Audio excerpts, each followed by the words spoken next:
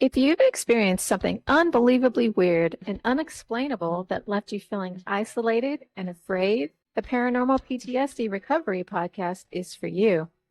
Each week, we go from haunting to healing by focusing on one of our three core focal points: personal stories, healing tips, and understanding the unknown. We help you to know that you're not crazy, you're not alone, and you can heal.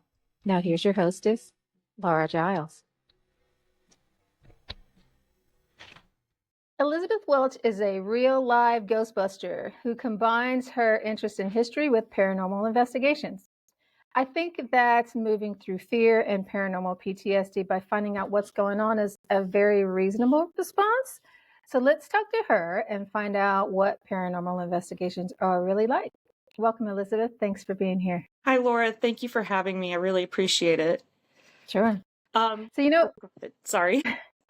So, I want to start with your backstory, like what inspired you to start investigating paranormal phenomenon and what keeps you interested in it. So can we start there? Yeah, well, really the story actually starts with my mom, which I know sounds weird to say, but this is sort of intergenerational, the situations that we've gone through. And her response to the paranormal is vastly different than my response, but due to her own experience. So I'll start with her story before I get into mine. So my mom was born in Eastern Kentucky.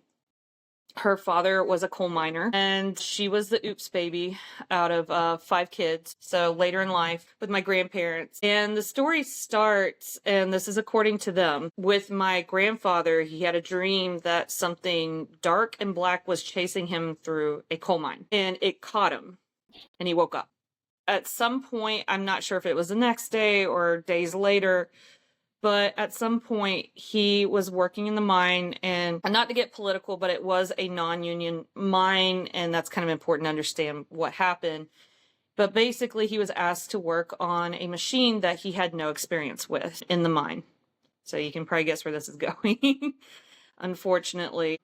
And at some point, I'm not sure how this machine worked, but he basically turned into, someone asked him a question, he turned, and when he turned, his arm got caught in the machine and it pulled him into his chest. So he went to the hospital, he survived, he lost his arm, and he got well enough that he could actually go home. So he went home, and unfortunately he started declining again. He had to go back to the hospital. He got pneumonia and he passed away. Because of this, and this is before OSHA and before anything like that, the company was able to get away saying, oh, well, he technically died of pneumonia. We didn't kill him. So my grandmother, and this happened when my mom was 2, and that's also important. So grandmother was left to raise, at this point, 3 kids. The older 2 had left, but 3 kids on her own. She had to pick up multiple jobs. And the first part of this story is that at some point she was going home to go to a different job. I think she was changing uniforms or something like that. And this was in the 50s. And there were 2 children on our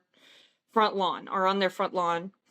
And they went up to her, and I'll leave names out, but they were like, oh, Mrs. So-and-so, we saw Mr. So-and-so, your husband, walk down the road and go into the house. And she was very upset because at this point it had been a couple years since his death, but the kids knew, like the whole area knew. It was a very close community. And she got very angry with them and was like, what are y'all playing at? Like, what is this supposed to, what are y'all doing? And they insisted. So at this point, she believed them, and she went to a neighbor's house and called the police. They walked through the house, and no one was in the house. Fast forward to the mid-60s. My mom is 10 years old, and one of her brothers had just moved out. So this was a mill house, and there were only 2 bedrooms upstairs. So she and her mother actually slept downstairs, and the 2 older brothers were upstairs. I don't know why that was the arrangement, but that's what it was. And one moved out, and she moved in to her own bedroom, and she was decorating it. And in the corner of the bedroom, there was a chest that they kept some of the family heirloom stuff, like just a regular cedar box. And my mom began playing in this box. And as she's playing, she came across my grandfather, her father's funeral ribbons. For some reason, my grandmother kept these ribbons, and she, being a 10-year-old girl, was looking at the ribbons.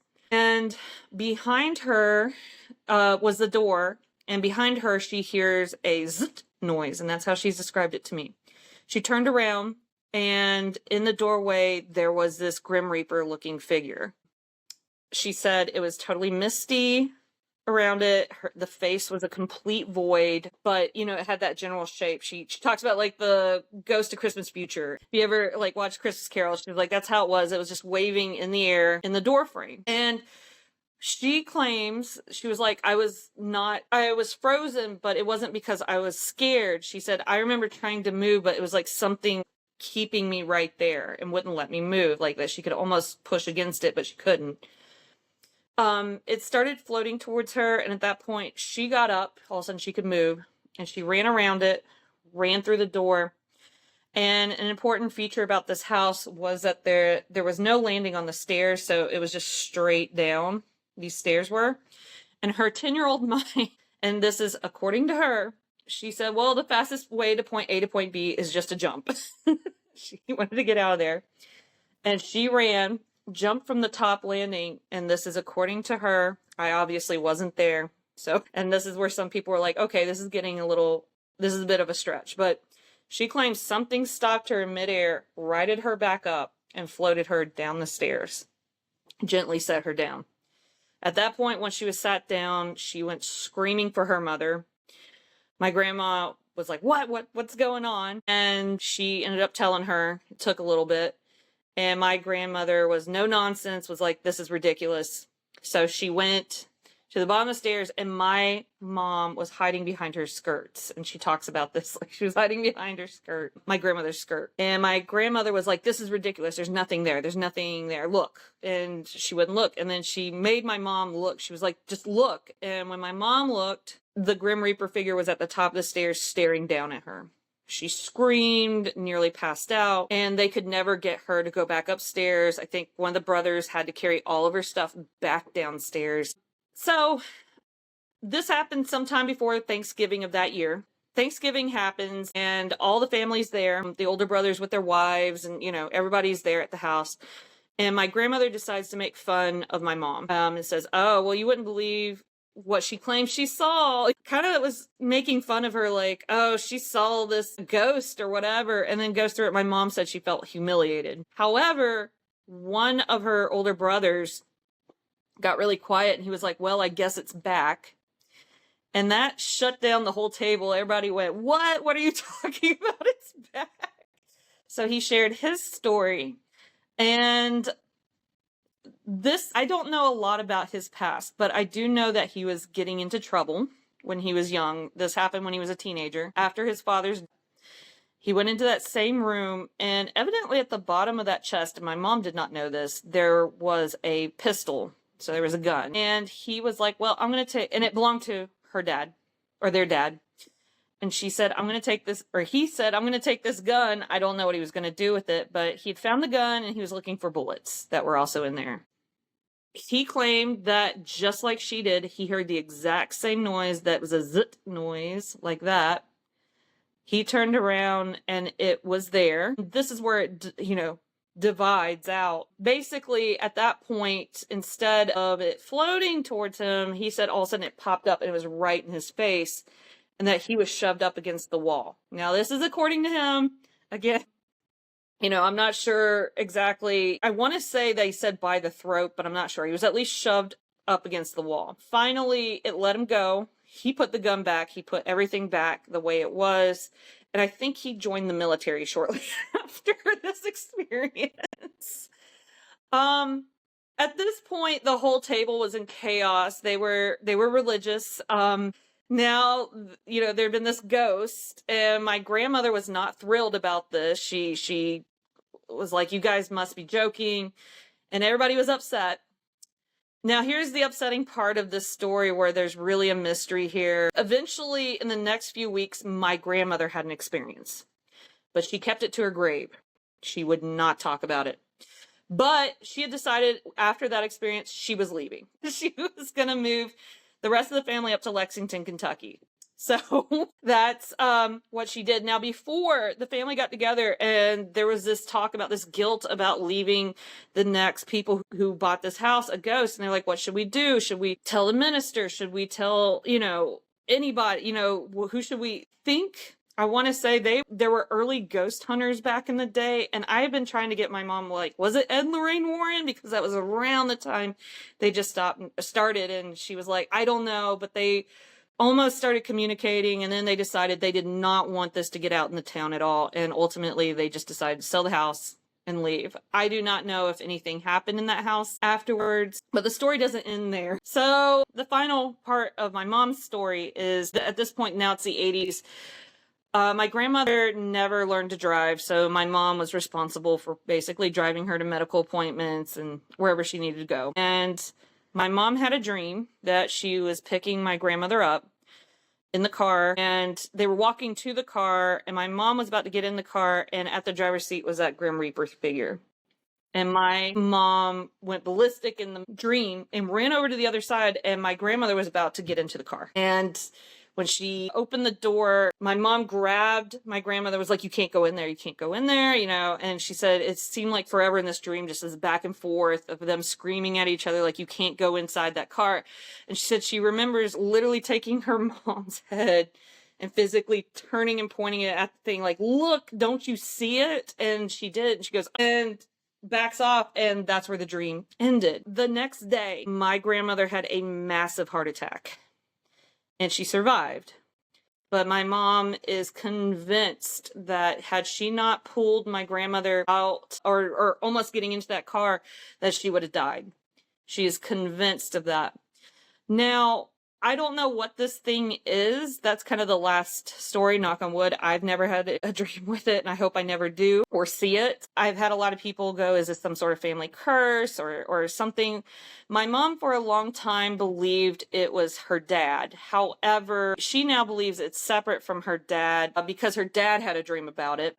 Someone else had pointed out to me that it possibly, you know, there had been they saw her dad walk into the house a few years after he died, but maybe whatever floated her down the stairs may have been actually her dad. But it's curious, we don't really know, because she always thought it was her dad because it scared her brother straight, basically. But then it also seems to be this harbinger. After that experience, my mom, she's curious about ghost stuff, but it terrifies her. She's terrified of it. Though, you know, she'll listen to ghost stories and stuff, but she's terrified of it. So we don't really have any answers as to what it is. She's never dreamt of it since, so we're not really sure. But that was my mom's experience, and I guess that leads into mine, if that's okay. Yeah, I'd love to hear yours. Okay. So with my story, from all the way up to the age of 9, I really didn't have any paranormal experiences. I had a weird dream one time of a Parisian cafe, and this was before I knew what a cafe was, and that's the closest I got to any kind of paranormal experience. But we moved into a new house when I was 9 years old. So when I was 9, we moved into this house, and no one had died in this house. And I later found that out and confirmed that. No one had died in the house.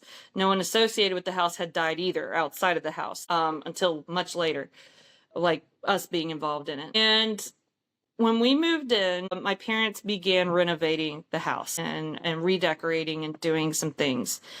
And pretty much immediately we started smelling cigar smoke, but it would smell like it was right in your face. And my parents at the time were like, well, possibly people who lived there were possibly smokers at some point, which, you know, that'd be common.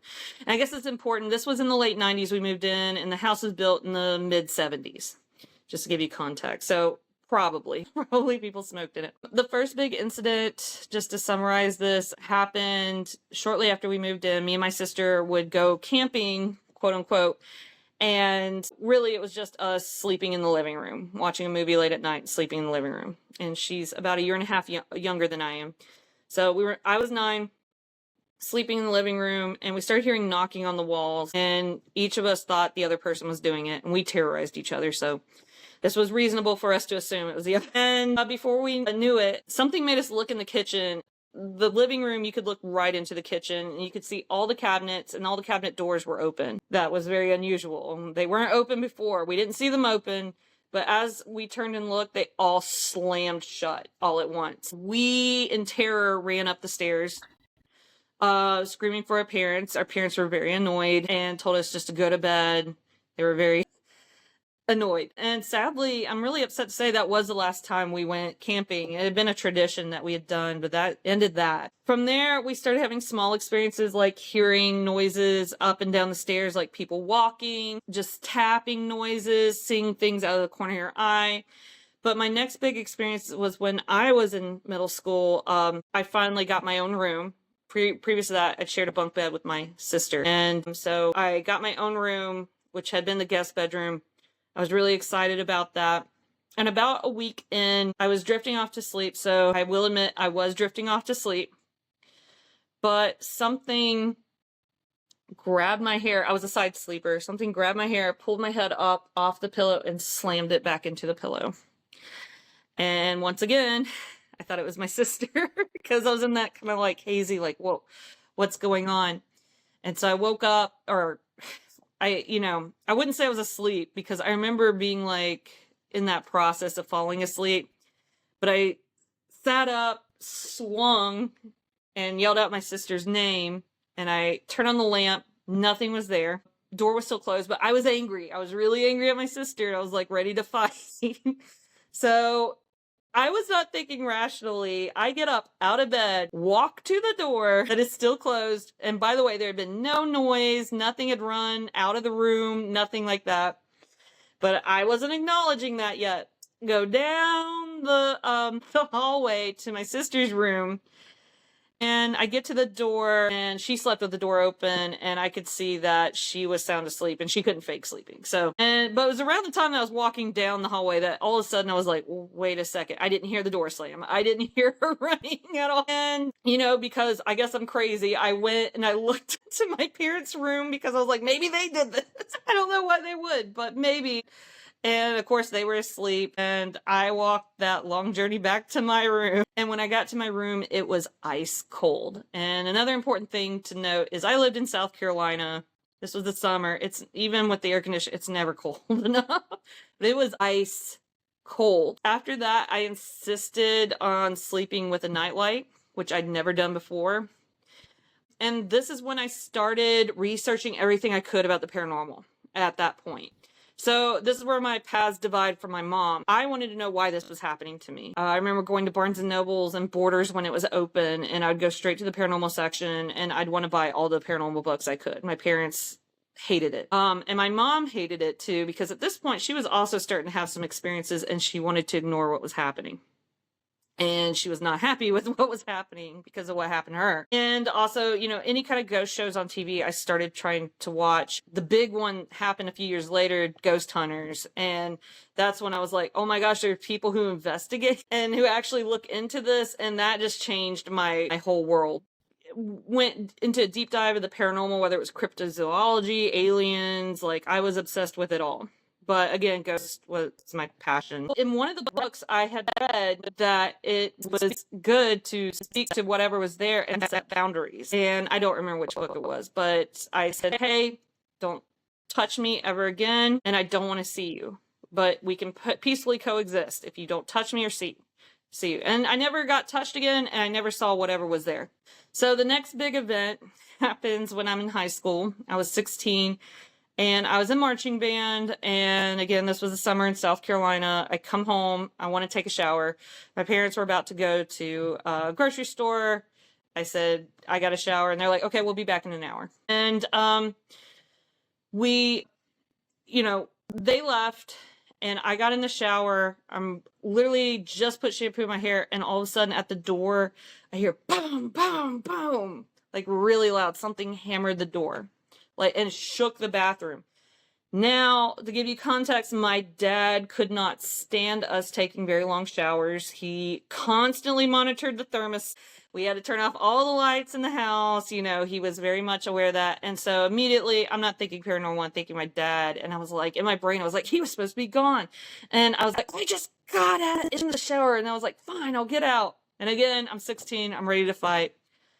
I got dressed, came out. I was ready to, like I said, fight my dad or argue with him. And I get out, and the house is dead silent. And I don't know if you've ever been in silence where you can hear your ears ringing, but I could hear my ears ringing, and it was freezing cold. And I was like, oh no.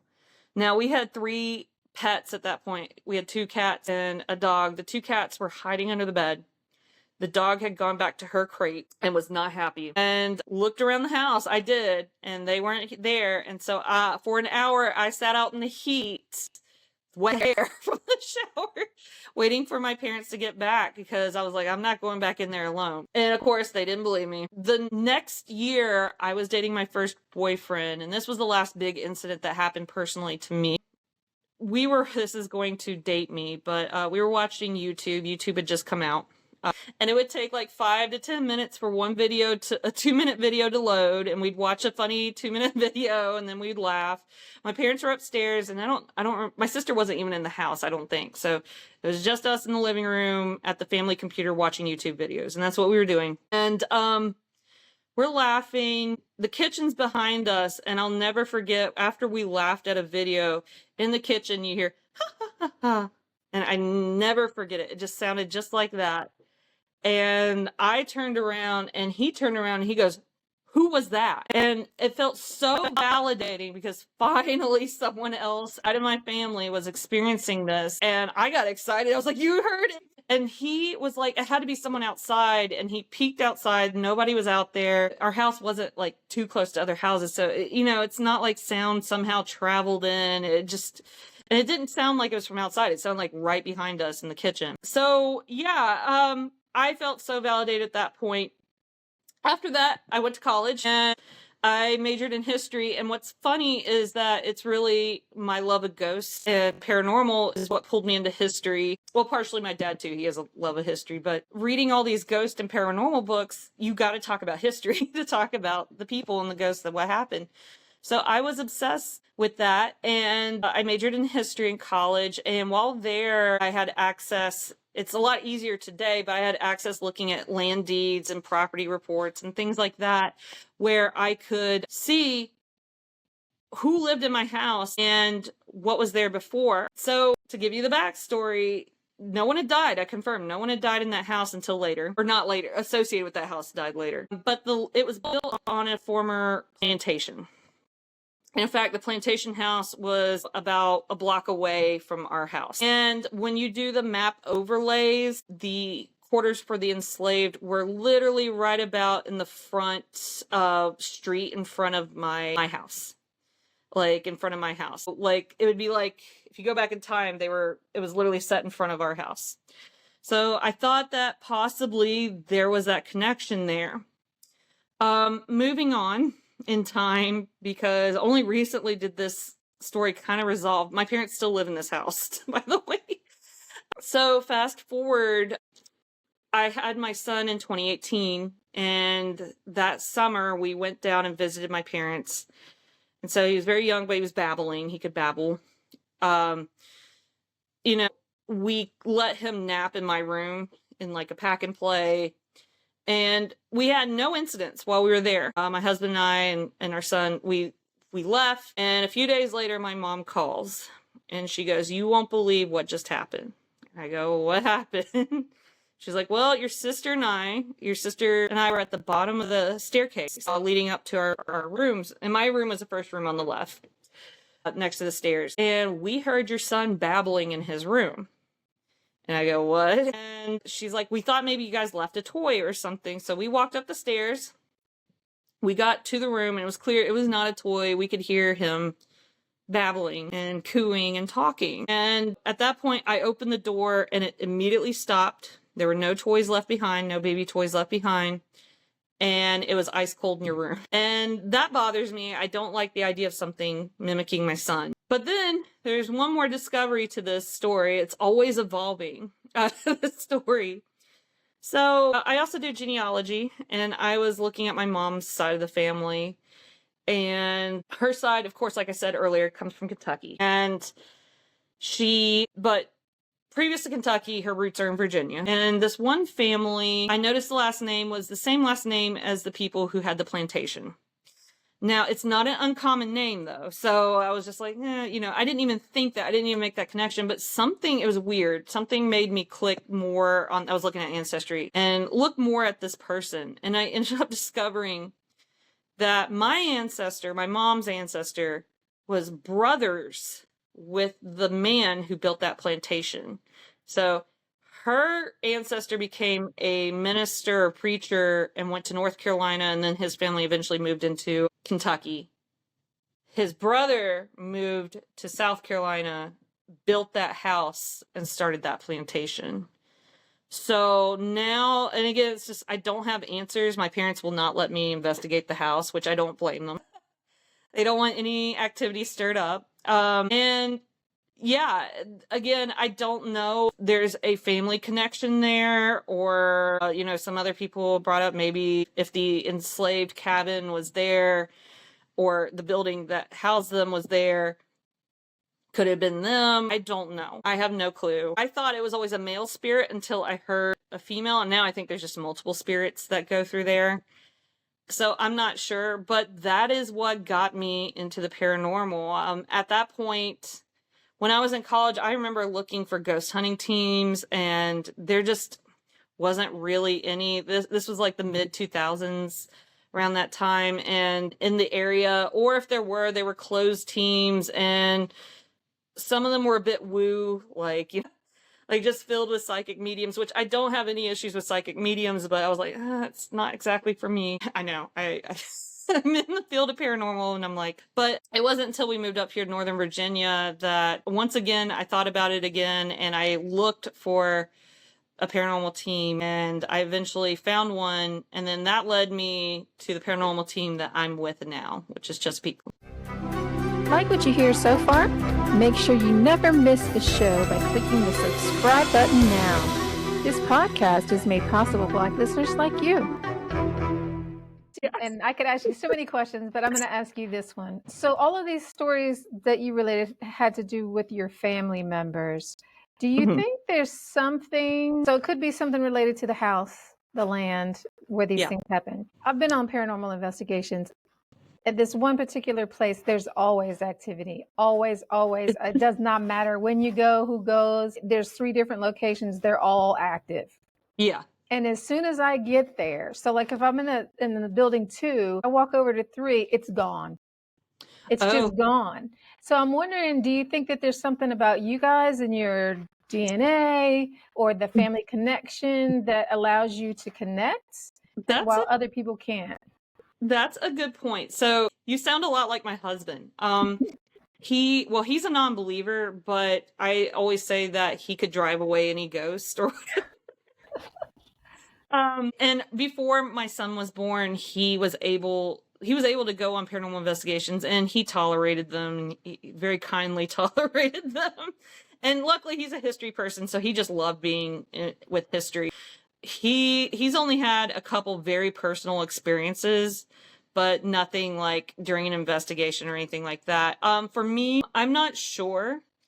I've asked my mom this before, but again, sometimes she does not like to talk about it. She's very superstitious. She just, and of course, if the story I just told you, it was a very upsetting thing that happened to her. She associates the paranormal with negative. Honestly, I should too, because whatever was there was not very kind to me. It grabbed me by my scalp and shoved me back into the pillow and then banging on things. But am curious now if there is something in the family. However, if I can broach it to our team, you actually touched on something that we've talked about as paranormal team before. Now, when we go to a location, oftentimes we have to wear body cameras or go ahead and have the recorder on as we get in. It used to be we would show up to a place, they would tour us around, hey, these are the hot spots. We've seen this spirit here, that kind of stuff.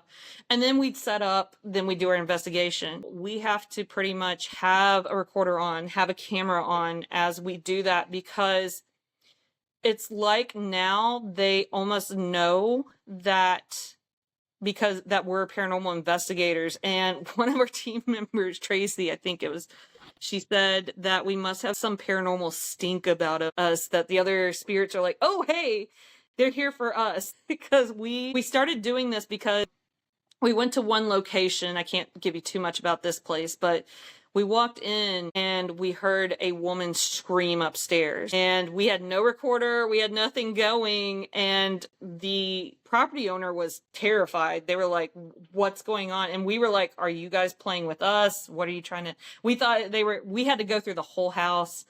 And they're like, no, are you playing with us? I'm like, how would we be able to implant something here? And unfortunately, because we didn't have a recorder going on, we didn't capture that. And since then, we do that and we get some evidence during like just them talking to us. And so, like I said, I don't know. She calls it the paranormal stink or whatever, but that maybe some spirits recognize, hey, they're here to communicate with us. Let's go ahead and communicate. I think that's probably true because I have a client who lives in a haunted house. Mm-hmm. And she said that there was activity, and once they realized what was going on, they said something to a neighbor, and they're like, "Oh, yeah, okay, the ghost is back." So people know about this thing. Oh gosh. And they just were just like, "Okay, well, we'll share the space with you. Don't bother us. We won't bother you." Mm-hmm. And they're still in the same house. Nothing's ever happened. So I do think that they hear you and they can communicate with you. And like you were saying, with boundaries, yes, but maybe some of them want to scare people and have the place to themselves. I don't know, because they're not always nice. They're not. And luckily for us, we've gone on many, many investigations, and there's only been a handful of times where really something negative was there. At that point, if the homeowner or property owner or business owner wants them out, we refer them to, we usually tell them like, hey, if the boundary thing isn't going to work, because that's usually the first step, like set up boundaries. Like we've had clients who afterwards are like, oh, I'm glad I'm not crazy, but I'm also, I don't really like this thing or the idea of this thing being here, even though they're not being harmed by it. They just don't like the idea. And in those cases, we usually say, just talk to it. Say, hey, I understand you're here. However, this is my house now and you're welcome to stay, but you can't, you got to lay some groundwork down and talk. And we've had clients do that with success. If it's anything worse, or they're like, no, it's got to go, we refer them to whatever their spiritual beliefs are, wherever their religious beliefs are, to find someone within that organization or group to help clear their house. We don't clear anyone's house. We're just there to document what's there. And in fact, there's been times very recently we had a woman, we never went to this place, but who reached out to us, and she was saying that her cats were being thrown across the room, picked up and thrown. And I and another investigator spoke with her and said, look, at this point, you don't need us. You know that something's there and something's terrorizing your animals and terrorizing you all. At this point, you need to find a spiritual leader or whatever your beliefs allow, and you need to go that route and removing whatever it is. Well, when you get to a place where they're already talking to you and you're not even set up yet, that to me says that they want to be heard. They have something to communicate. What is that? What do they want?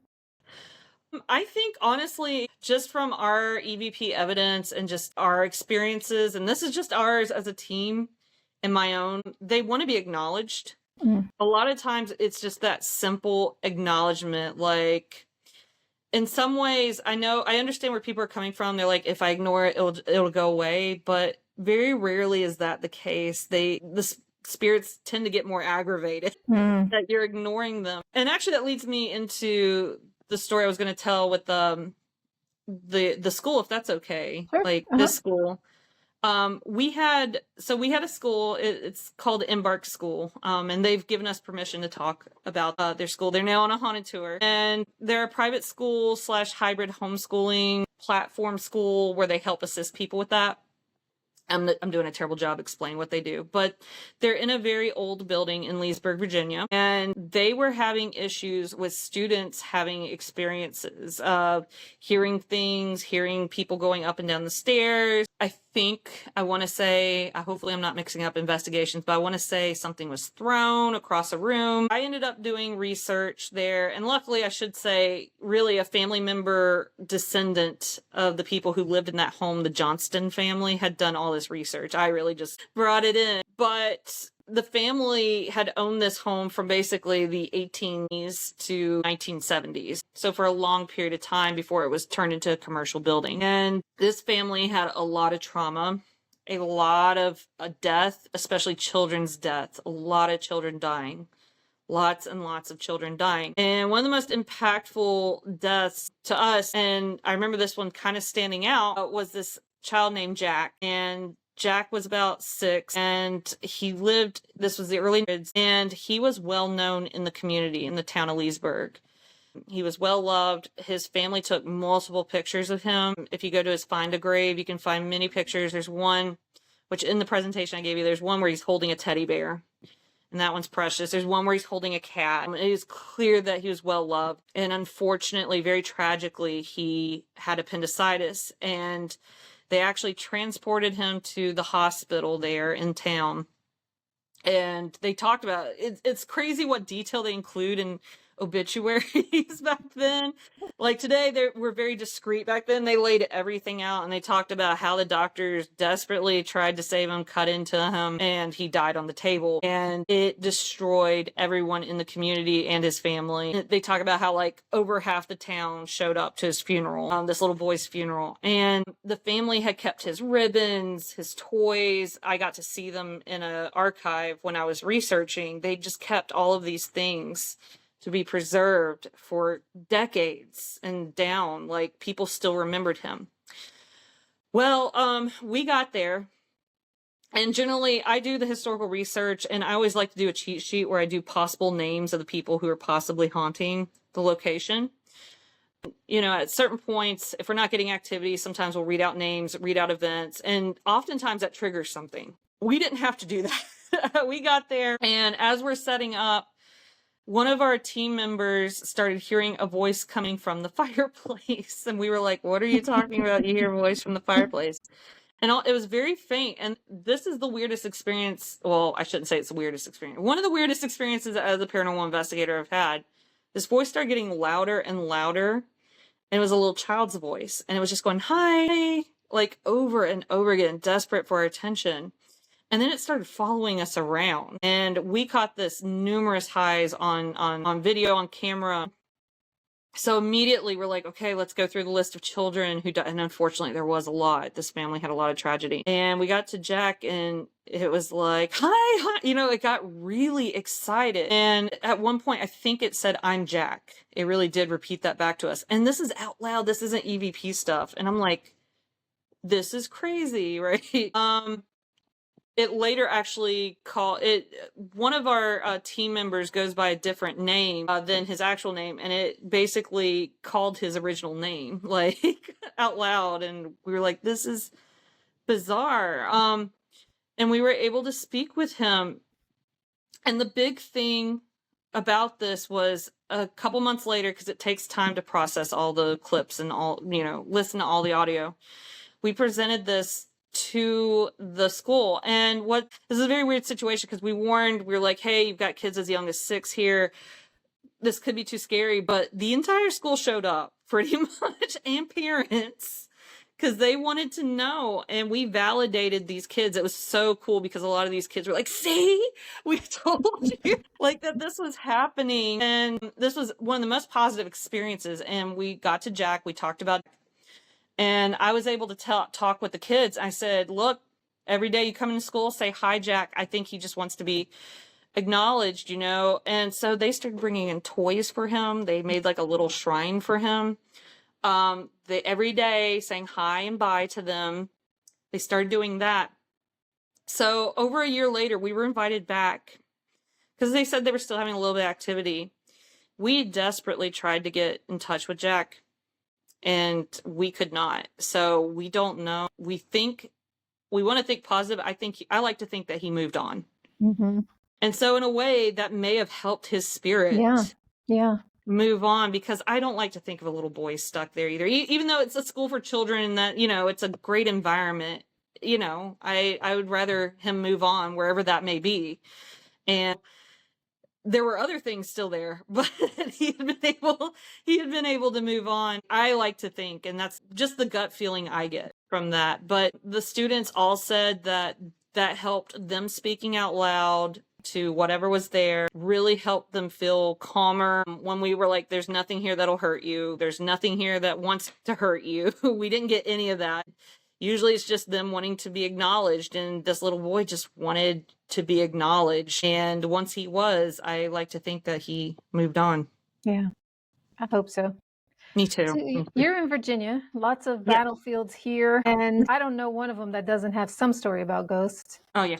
So looking at the story about the school and then all the ghosts on the battlefield, do you think there's something else going on other than, I mean, because they died in horror, you know, they Yeah. died scared and probably in pain. Do you think that makes a difference in what creates a ghost and what they want and still hanging out? There's so many theories. I will say this. I feel like Northern Virginia gets so ignored by TV and everything, or this whole area, but it is one of the most haunted places. We are on a bed of limestone. And so there is that theory. I don't know if you've ever heard of the stone tape theory. So the stone tape theory suggests that there are certain environmental things or geological things that might make ghosts happen more. So like limestone seems to be a big one. Water, being near water, seems to also be something big that allows for hauntings.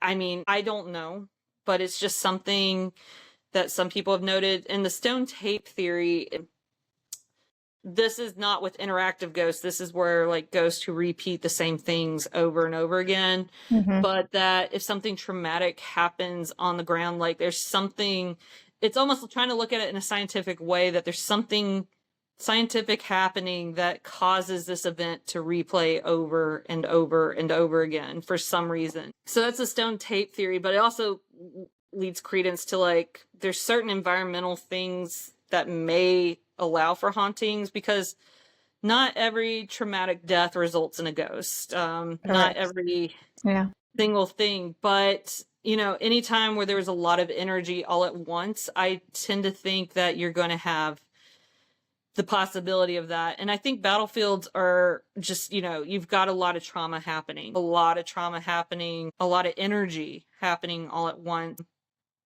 And that's also a side thing I love to look into, are the stories out of the military, of ghosts in the military, especially in places like Iraq and Afghanistan. These stories have come out. Those stories give me chills, but I don't think that it's any different than, you know, the Civil War stories. Sure. In a way where you have these deaths happen. I don't know what causes a spirit to stay. That's why we do this. I have been chasing this forever. I have my own theories, but they change all the time. About why a person does not move on, or why do they become a ghost. So. Elizabeth, this has been fascinating. I think, you just got to keep an open mind and be curious and allow the information to lead where it leads. So if somebody were interested in learning more and wanted to get in touch with you, how would they do that? Sure. So there's 2 platforms. If you want to get in touch with our team and you want to see all the evidence from our team, we have YouTube, and we have a very active Facebook group. But if you type in Chesapeake Paranormal, our website is www.chesapeakeparanormal.com. And if you search us on YouTube, you'll find us. If you search us on Facebook, you'll find us. And you can find all the evidence. We also have a TikTok. You can find a lot of our evidence that we're allowed to share on there. We serve the DMV, the DC, Maryland, Virginia, Northern Virginia area. We go a little into West Virginia, a little bit into Pennsylvania as well. For my platform, it's a little bit on a hiatus right now because things are a little bit busy, but that's the Fortean Historian. I'll spell that one out. It's Fortean and then Historian. And if you Google, you should be able to find it. I have a YouTube, I have a TikTok for that one as well. And my goal with that platform is to teach people how to do property research on their own properties if they think there might be a ghost there, to figure out who is haunting their house. So I think that's a useful skill for many people, and not necessarily an easy one for most people to learn. So I'm trying to give tips and tricks for that. Awesome. You've been an amazing guest. Thank you so much for being here. Yeah, no, thank you for having me. I appreciate it. Sure. And thanks everybody for listening. I'll see you next week.